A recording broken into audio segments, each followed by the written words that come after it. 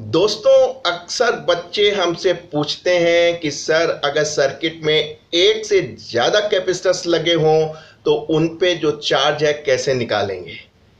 बहुत सिंपल है। सोती सर के 5 स्टेप हैं, वो बहुत ही सिंपल है। एक बार सीख लीजिए, दिमाग में रख लीजिए, फिर चाहे 2 हो चाहे 3 हो, कितना भी कॉम्प्लिकेटेड सर्किट हो, आप प्रत्येक कैपेसिटर्स पे चार्ज निकाल लेंगे और प्रत्येक कैपेसिटर के क्रॉस वोल्टेज ड्रॉप भी आप निकाल लेंगे।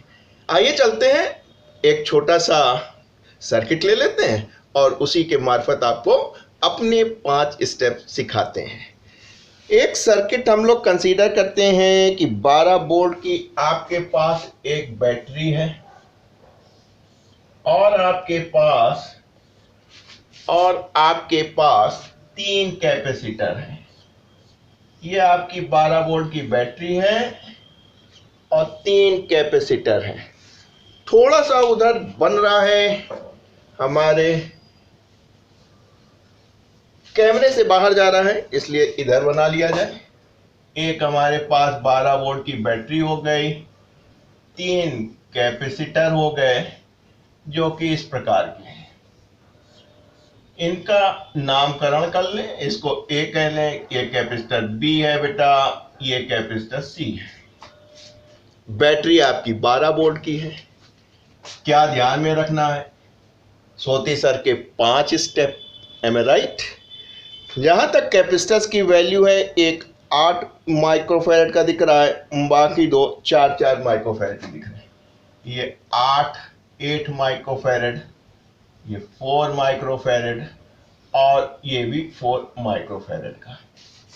आपका ऑब्जेक्टिव क्या है कि यार प्रत्येक पे कितना चार्ज होगा ये बताइए। सर्किट सिंपल लिया है, पहले ही लिया है, क्योंकि हमारा उद्देश्य उन 5 बातों पे एम्फेसिस करना है जिसको कि चाहे कितने भी कॉम्प्लिकेटेड सर्किट में लगाइए, जवाब आपको मिलेगा। पहला स्टेप, आपको ढूंढना है सेल कहाँ लगा है। आपने देख लिया, हाँ साहब हमारे पास सेल मिल गया, तो आपने सर्किट में देखा सेल कहाँ लगना है। पहला स्टेप बहुत आसान है, सेल को ढूंढना है, आपको बैटरी मिल गई। फिर दूसरा स्टेप क्या करना है कि आपको जो पॉजिटिव वाला है, सेल की वैल्यू आपकी क्या है, 12 वोल्ट की है, ईएमएफ सोर्स, तो जो पॉजिटिव टर्मिनल है उस पर आप 12 वोल्ट लिख दीजिए और जो निगेटिव टर्मिनल है उस पर आप 0 वोल्ट लिख दीजिए। कितने स्टेप बताए थे? 5। 2 तो बहुत आसान है। पहला तो सर्किट में सेल को ही ढूंढना था, दूसरा पॉजिटिव टर्मिनल पे ईएमएफ पहुंचा देना था और निगेटिव पे 0 करना था। तीसरा स्टेप, जहां तक बैटरी का वोल्टेज ड्रॉप हो जाए, जहां ध्यान रखिएगा, जहां तक बैटरी का वोल्टेज डिस्ट्रीब्यूट हो जाए वहां तक। यहाँ 12 वोल्ट था तो ये बीच में कैपेसिटर आ गया, बेकार हो गया। ये 0 वोल्ट था, यहाँ कुछ नहीं है तो यहाँ पे भी 0 वोल्ट होगा और यहाँ पे भी 0 वोल्ट लगेगा।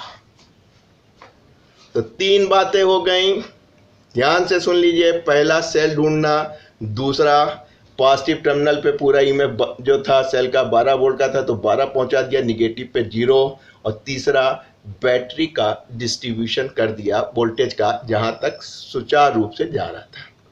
ठीक, 3 स्टेप हो गए। कितने थे? 5, 2 और। चौथा स्टेप आपको जो करना था, मैं 3 लिखने रहा हूं। चौथा है कि distribution of voltage, distribution of voltage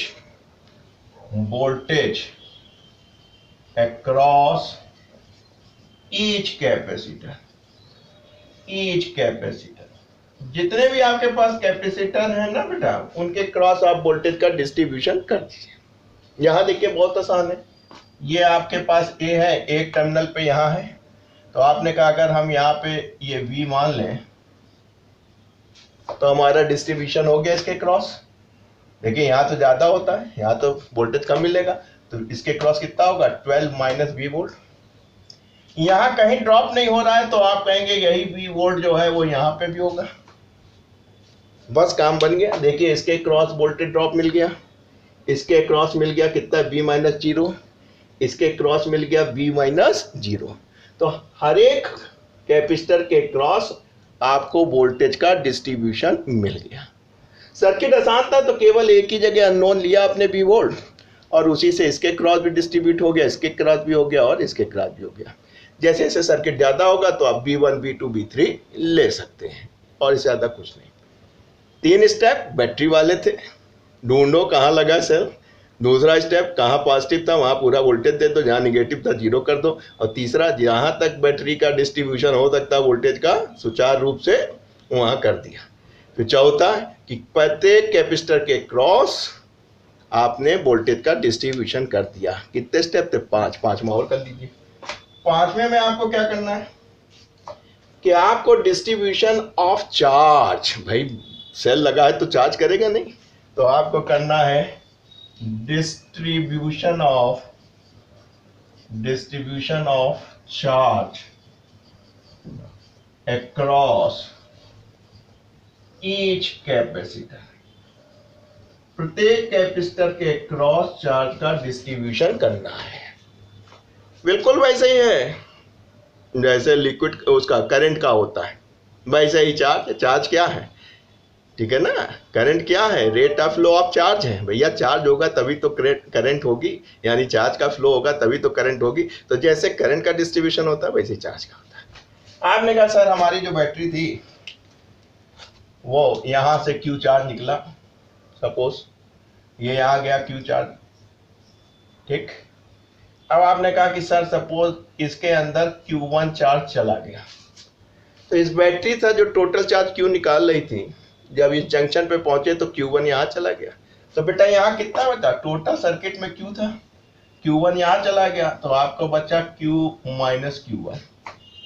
अर्थात आप कह सकते हैं कि इस वाले कैपेसिटर पे जो चार्ज होगा Q माइनस Q1 होगा। जिस तरीके से करंट कंजर्व करती है बेसिकली तो चार्ज ही कंजर्व करता है ना, करंट तो उसका बाय पार्ट है। तो आपके पास यहाँ से क्या आ रहा है? Q माइनस Q1 आ रहा है, यहाँ से Q1 आ रहा है, दोनों को जंक्शन पे जोड़ दीजिए तो ये और ये कैंसिल हो जाएगा, टोटल चार्ज Q आपको मिल जाएगा।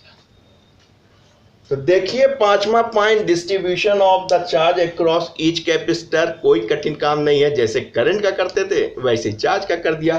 टोटल Q लेके चले, Q1 यहाँ गया तो कितना बचा? Q माइनस Q1 गया। 10 गुलाम का लिए थे, 2 गुलाम इधर चला गया तो 8 गुलाम इधर आ गए। जब यहाँ पहुंचे 8 इधर से 2 इधर थे, फिर 10 हो गया, अपना घूम रहा है। ठीक, क्लियर? यही 5 स्टेप, 3 बैटरी वाले, एक बार वोल्टेज का डिस्ट्रीब्यूशन, एक बार चार्ज का। अब क्या हमने कहा कुछ बचा ही नहीं। अब आप इस कैपेसिटर ए के पास पहुंचिए, कैपेसिटर ए के पास पहुंचे। आपने कहा हमको सब कुछ मालूम है बेटा, तुम्हारे पास चार्ज कितना है? Q है। तुम्हारी कैपेसिटेंसी क्या है? 8 है। और तुम्हारे क्रॉस वोल्टेज क्या है? कहीं यहाँ पे 12 है, यहाँ पे B है, यानी 12 माइनस B। अरे Q इजिकल टू CV, एक ही फार्मूला है आपके पास कैपेसिटर में। सारे कैपेसिटर पे यही लगा दीजिए क्योंकि सबका आपको मालूम है वोल्टेज, चार्ज और कैपेसिटेंस। यहाँ आइए, B के पास पहुंचे आप। कहीं तुम्हारे पास कहने लगे सर हमारे पास Q1 चार्ज है, कैपेसिटेंस कहीं 4 माइक्रोफैरड, कहीं वोल्टेज अक्रॉस यू तो कहने लगे V माइनस 0, अर्थात Q1 आप कह सकते हैं 4। सारा खेल उसी 5 का है, बाकी Q इक्वल टू CV लगाना है। कैपेसिटर C के पास पहुंचे, लिख दे, नहीं तो आप कहेंगे कैपेसिटर C क्या है? कैपेसिटर। उसके बाद तो आपको इक्वेशन सॉल्व करनी आती है, आती नहीं आती? आती है। C के पास पहुंचे, कहें हमारे पास चार्ज क्या है? कहने लगे सर हमारे पास जो चार्ज है वो है Q में से Q1 गया था, आपने कहा कि ये 4 मान लिया, माइक्रोफैरड लिखते नहीं है, इससे काम चलते हैं, और B माइनस 0। बस अब क्या करना है, किसी तरह B निकल आए तो सारा काम बन जाए आपका। आपने कहा B कैसे निकालेंगे? कहीं यहां से Q रख दीजिए, कितना रख सकते हैं आप? 8, 12 माइनस B।